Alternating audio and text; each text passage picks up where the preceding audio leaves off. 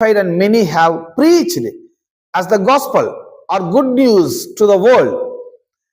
యేసుక్రీస్తు లోకంలో ఒక్క విషయాన్ని ఆయన ఫోకస్ చేసి ఆయన ప్రీచ్ చేస్తున్నాడు. అదేంటంటే దేవుని యొక్క సువార్త, దేవుని యొక్క రాజ్యము.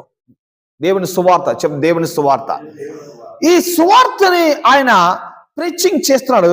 Jesus never preach as a priority public message subject like faith, prosperity, giving, deliverance, or even his death on the cross or resurrection.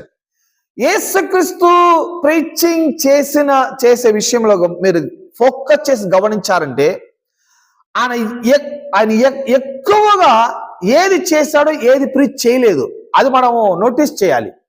Bible గ్రంథంలో బైబిల్ అనేది కింగ్డమ్ యొక్క కాన్స్టిట్యూషన్ గా ఉన్నది. దేవుడి రాజ్యం యొక్క కాన్స్టిట్యూషన్ బుక్ అది. ఆ రాజ్యం యొక్క చిత్తం ఏంటి?